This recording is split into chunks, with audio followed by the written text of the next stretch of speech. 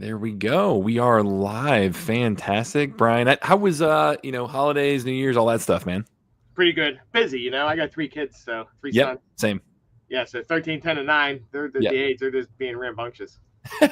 So you're just ahead of me. I'm 8, 6, and 4 currently. So yeah. We I was mentioning we're still trying to dig out from under the snow over here. So it's a fun age for that. But yeah, they've had one school day in the last 3 weeks, so they're we're ready to get back to a little bit of routine here, hopefully.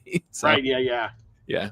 But Brian, excited to have you on, man. Again, always love catching up with you at Collective Genius. We have those events once a quarter, and I know you guys are out there for most of those, I believe. So the last one, you had an awesome presentation on the book. When did you write Goodness Game? How long ago was that? I wrote it this year. I published it around middle October. Okay, cool. Yeah, so pretty much a brand new book here. That I am excited for our community to learn about, hopefully get inspired by, start off 2025 on the right note. Can you tell people more before we get into that story?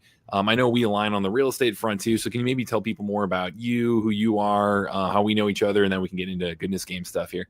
Yeah, sure. So I'm Bryan Driscoll, like we're saying, from Pittsburgh, PA, married, 3 sons. I'm a real estate investor, so I buy properties, I buy junky houses, fix them, and then I just buy and hold. I keep them through the BRRRR method. And I own a digital marketing agency where we do pay-per lead marketing and help investors generate leads called Motivated Leads. So I'm pretty in the real estate space, both on the lead gen side, and I'm also an investor there. And then like we're just talking about here, I just read a book that's not business related at all. It's more impact. It's called The Goodness Game. So yeah, that's what we're talking about today. Yeah, absolutely. So you gave a just an inspiring presentation at CG about the book and kind of like your inspiration for it. Can you share at least part of that here with the audience of how you even came up with this game and excited for our community to hopefully take this and run with it too. Yeah, sure. So yeah, it all started. I'm 44 years old now. So it started when I was 18. It was back in like 1998.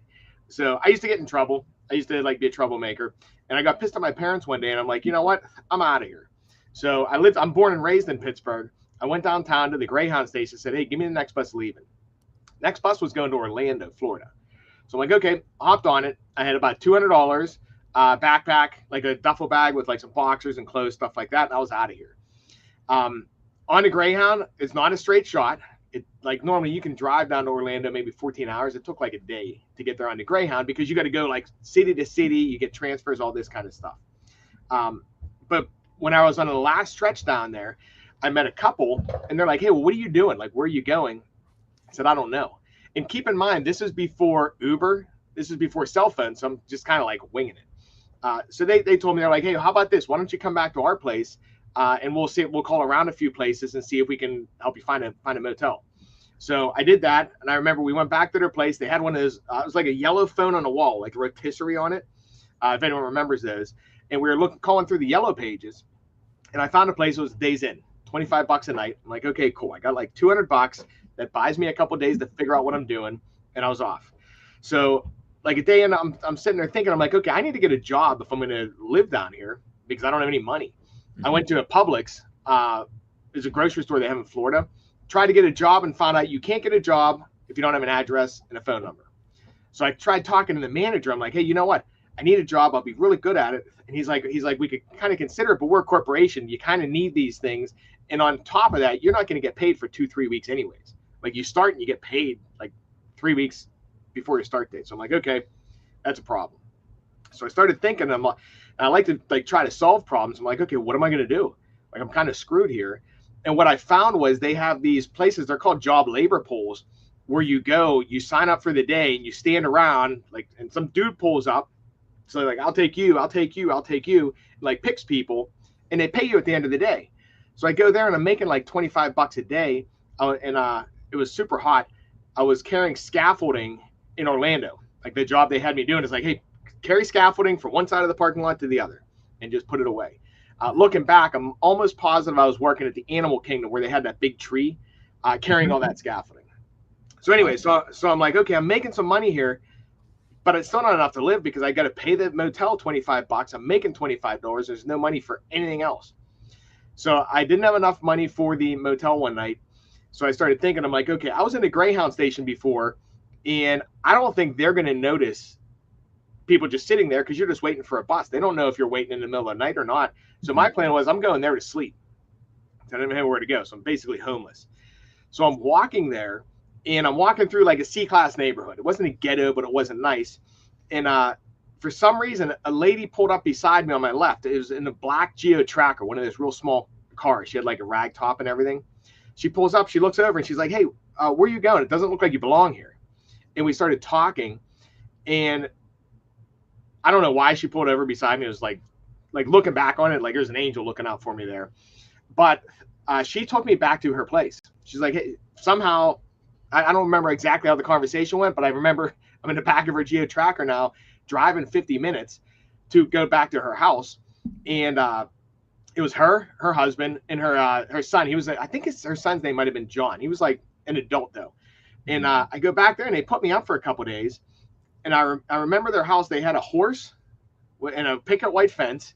And it's weird because like, it was a regular house, not a farm. And inside their house, in the room they gave me, it was actually the cat's room. They had a mattress on the floor, but they had a cat, and it was like 2 or 3 feet tall, like sitting down. It was like a very large cheetah-looking cat.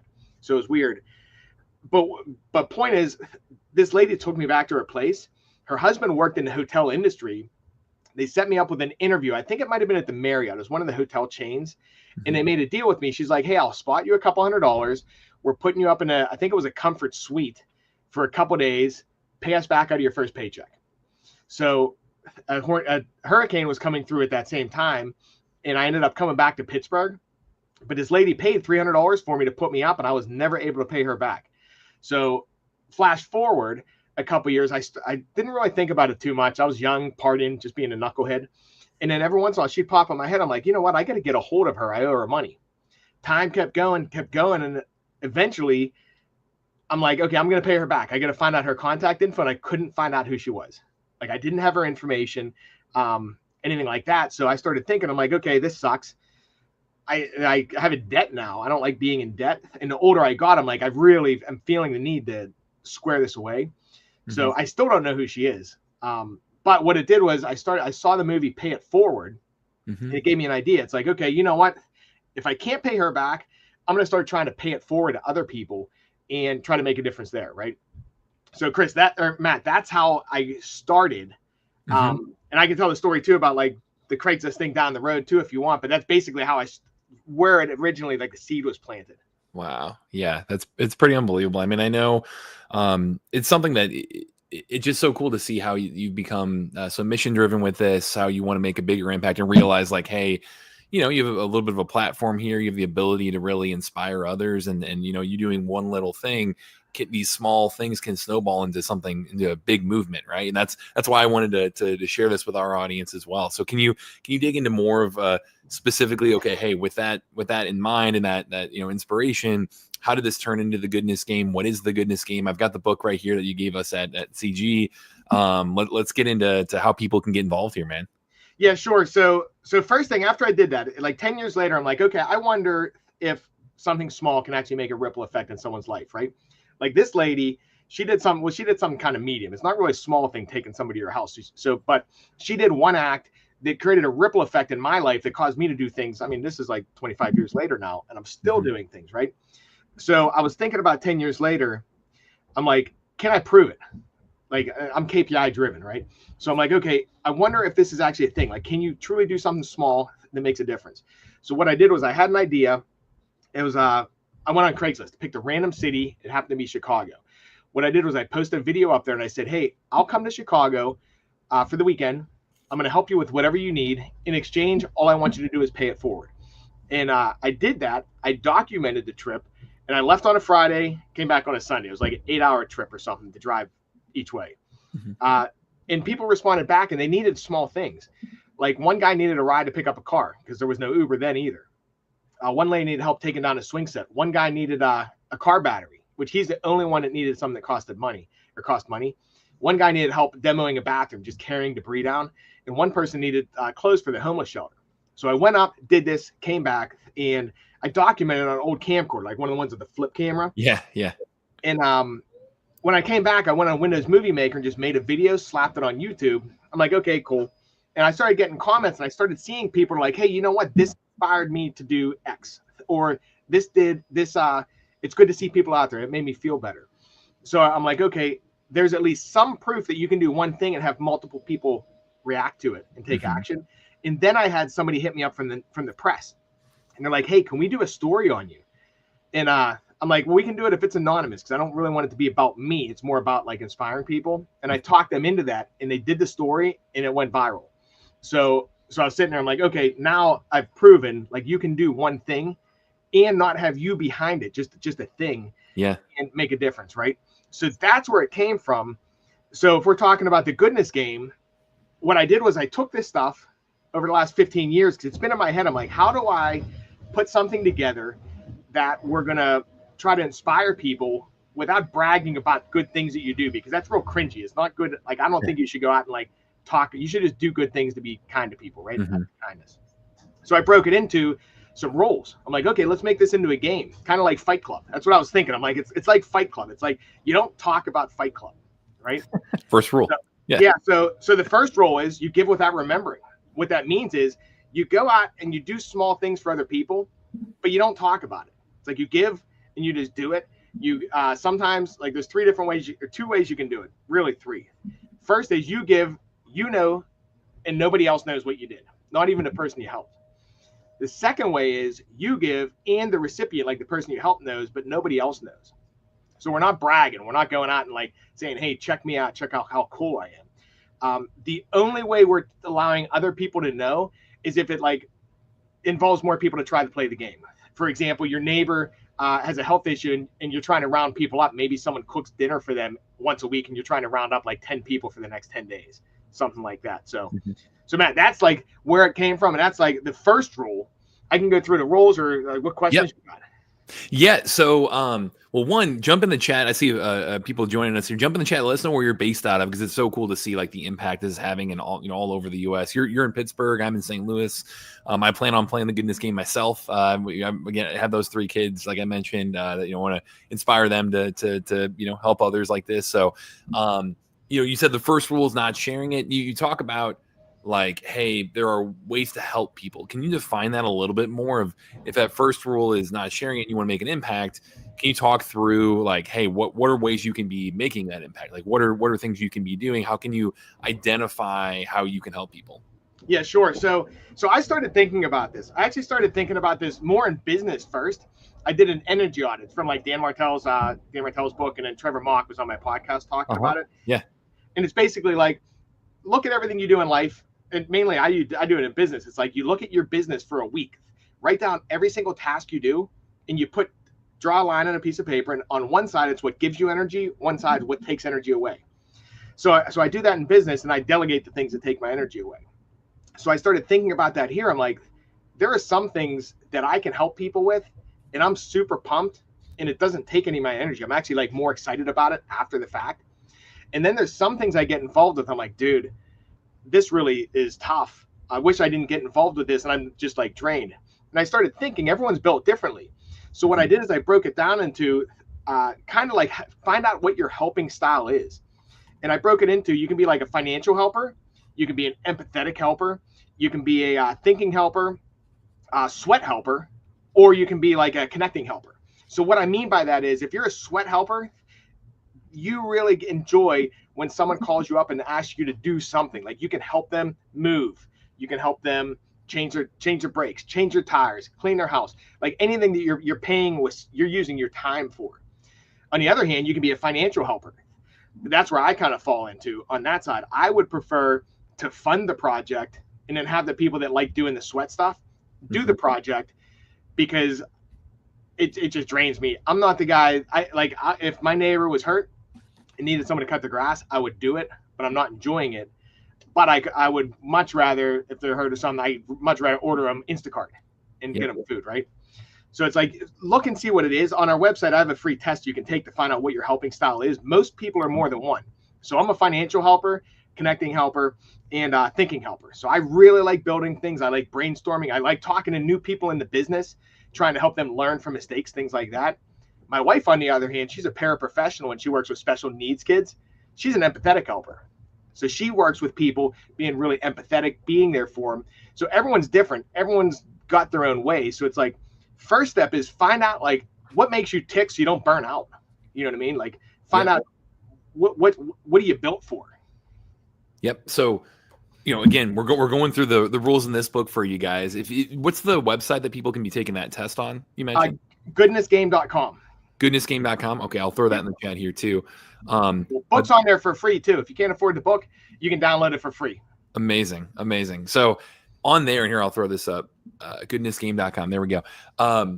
So you said rule one is, being able to go in and do this, not in a boasting way, not in a way that you're doing this to get social clout or anything. It's kind of like you said, the Fight Club mentality of you're doing it and not sharing and not talking about it unless you're spreading the game, right? So rule one is come into it with that right mindset. Rule two is identify how you can help people, and that goodnessgame.com will have a really great way for you to assess that. Get the book if you'd like, through there as well. So really, really appreciate you sharing it for free there. I know going through it, there's that energy audit. I was trying to find it in here. Yeah, here we go. The energy audit inside the book as well. So you can kind of go through that and really, understand what gives you energy, what drains you of energy.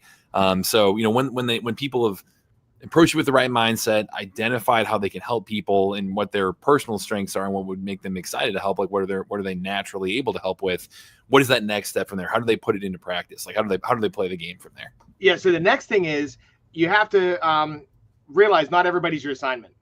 Mm-hmm. So I find a lot of people when you're trying to make a difference, it's like, it's easy to get caught up in, hey, you know what? I'm just going to go do everything.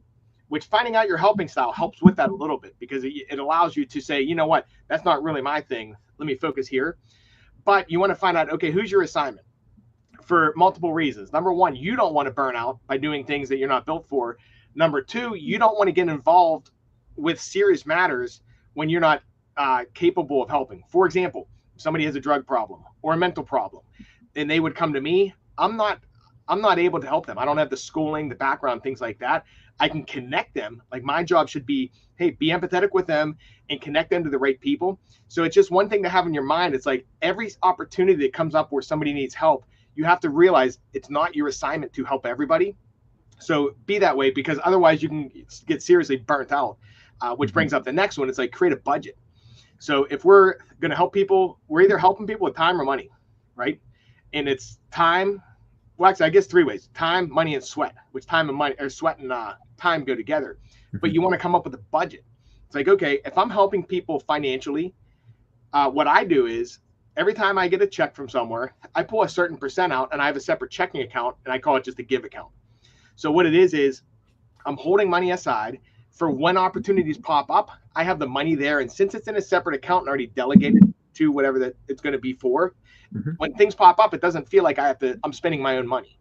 Plus also, I don't ever get stuck in a situation, which I used to in the past, where something popped up and I wanted to help them. And I put myself in a worse position because I gave them funds that I really couldn't afford to give. So you want to create a budget financially that you can do that to help people. And then it keeps things streamlined. Same with your time. It's like if you're trading time, you can seriously burn out. I know a lot of people that get involved with things, especially charitable organizations.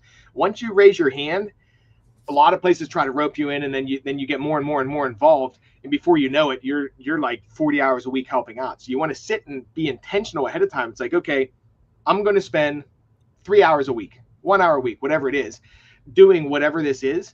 And then you think, okay, where can I get the time? Am I spending, say it's 3 hours a week? Am I going to pull 30 minutes from watching Netflix? And am I going to spend that 3 hours every single day, or that 30 minutes every day doing something? Or am I just going to say, hey, Saturday, I'm going to go and get involved with Meals on Wheels. I'm going to deliver food to seniors for 2 hours. So things like that, you want to really budget because that's really important if you want to do it sustainable. Absolutely. Yeah. So recap here for everybody. And again, jump in the chat, say where you're based out of. Would love to know where, we've got people, all over the US, maybe all over the world watching this thing too.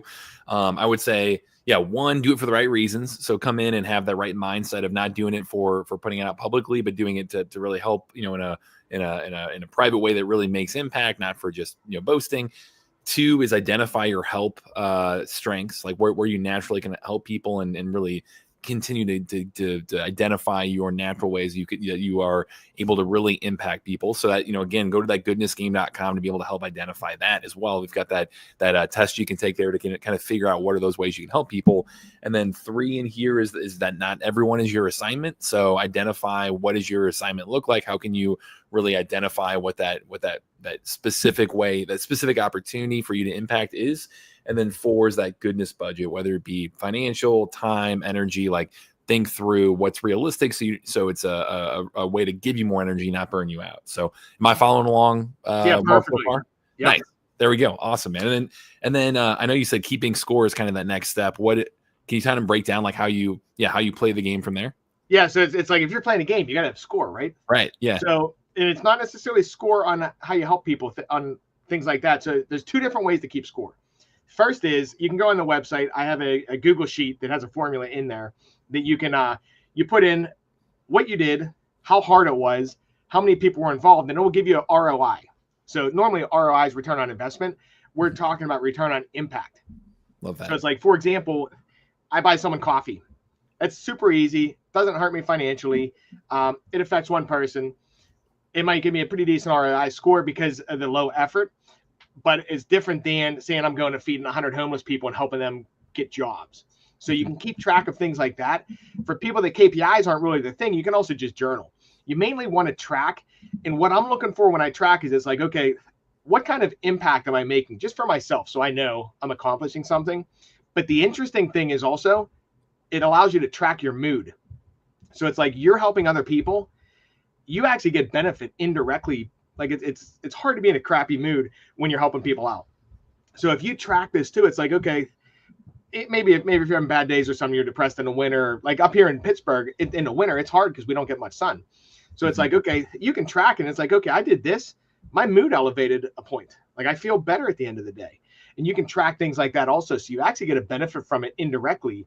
And it's interesting to see those things over time. It's like, I did this. And most of the time, you're not going to see the effects of what you did in a ripple effect, which is kind of cool too. So what you're tracking is you're tracking what you control. You did whatever it is, how much time or energy it took from you, how you feel, and then you get to imagine. It's like, okay, maybe one of those people really made a big difference in their life. That's really cool. Yeah, it is funny too. Yeah, you're being selfless in the acts, but then it's almost it almost self-helps as well, like you said, in terms of your mood and how it's being able to just make you know that you are making an impact. It feels great, right? So yeah, that is awesome. And did you say on goodnessgame.com can they keep the scorekeeping mechanism that's in the book right there too, right? Yep, yeah, scorekeeping's on there and the energy on there. You can just download it for free. You just log in. Type in your email, download it. Same with the book. Whole book's PDF, download for free, or you can buy the hard copy on Amazon. It's awesome, man. That's why I wanted to have you on. Like, you've always been an awesome, just a helpful resource for our entire community on the marketing side.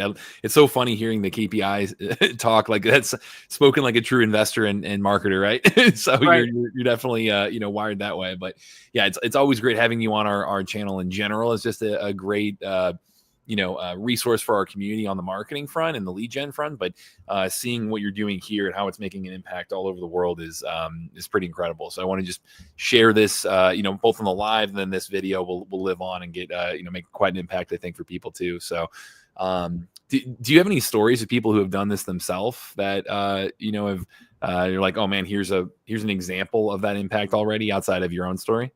Yeah. So yeah, I do. A lot of people don't tell me because it's one of the rules. It's like you can't, brag about it. Here's one example, and this is a good example too. Greg Hellback, he's an investor. A lot of you guys might know him. Mm-hmm. And he had a scenario which falls into because normally you don't tell anyone about it, you don't tell other people about it. But what he did was, it was maybe about a month ago for Christmas. He went to, I think it was Burlington Coat Factory, and talked with the manager and asked them, hey, who has what do you call that when you owe money for Christmas stuff? Layaway? Yeah, layaway. He's like, hey, who has a layaway? I got $2,500. I want to pay people's layaways off. And what he did was he did that, didn't really tell anybody about it. But then what he did is he took all the receipts and he took a picture of it and put it on Facebook, which is technically breaking the rule number one, except the message he wrote and the intention was, hey guys, here's what I just did. If you have an idea or you're looking for ideas this Christmas, here's something you can do also, which was inspiring other people. So like that was a really cool way. And it's just different things like that. Because the cool thing with the game is you're helping people in like really unique ways. It's like just small things. You know what I mean? So it's cool. like, yeah. Like that's unique. I wouldn't have thought about doing that. And it's like everyone thinks their own way. So it's like he thought that way. And I'm like, dude, that's really freaking cool. Because think about that. Some parent came in there on layaway to pay their bill off. And if they're on layaway, they don't have that much money and found out their stuff was paid off because they get a text and an email whenever their balance is paid. Yep. You know, so, and you don't ever know the people though. That's the cool thing. It's like, you don't know who they are. You just know you help somebody. They got their stuff handled. Yep. Yep. That's amazing, man. So I'd love to challenge everyone in our community. If you're watching this, whether you're on live or watching the replay of this, go to goodnessgame.com. Love for you guys to jump in there and just challenge yourself on, finding that way to make an impact, live through the rules. One last quick recap on the rules here. Number one, again, is give without remembering. So do it from the right intention, not to, post on social media and brag about it necessarily, but to really just do it in a way that you're able to make an impact on somebody for the right reasons. And then also hopefully share it, in the right way. Like what you just gave that example with Greg. Number two would be not everyone's your assignment. So find that thing that you can naturally bring your own strengths to and really give make an impact in a way that's going to make you excited and want to do more. Number three is identify your helping style. So that's going to help you really figure out what is your assignment, right? As you figure out your helping style of what can you naturally do to make to really bring goodness to the world. That's the point of the game, right? Four is create your goodness budget. So understand whether it's time or energy, or financial. You really understand how can you do this in a way that you're not going to burn out, but that you're going to really want to do this more and want to share it with others to do it, inspire them, and then keep score so that way you can really understand the return on your impact. So if you go to the book, it'll really recap all that stuff, give you very specific next steps. But I would love for you guys to take that challenge upon yourself. Start off 2025 right. I know we're going to be doing that on my end. So let's check back in down the road on how we're doing. And Bryan, is there anything else I missed there? Also in general, like if people want to connect with you direct, again, I know you're an awesome resource for us. So if you could share ways to connect with people, that'd be great too. Yeah, sure. So first thing is I'd like to give everyone a challenge. It's like, go out and do something in the next month and shoot me an email. I don't want to know what it is because we're not going to talk about it, but just let me know. Hey, I played the game. My email is Bryan, BRYAN @goodnessgame.com.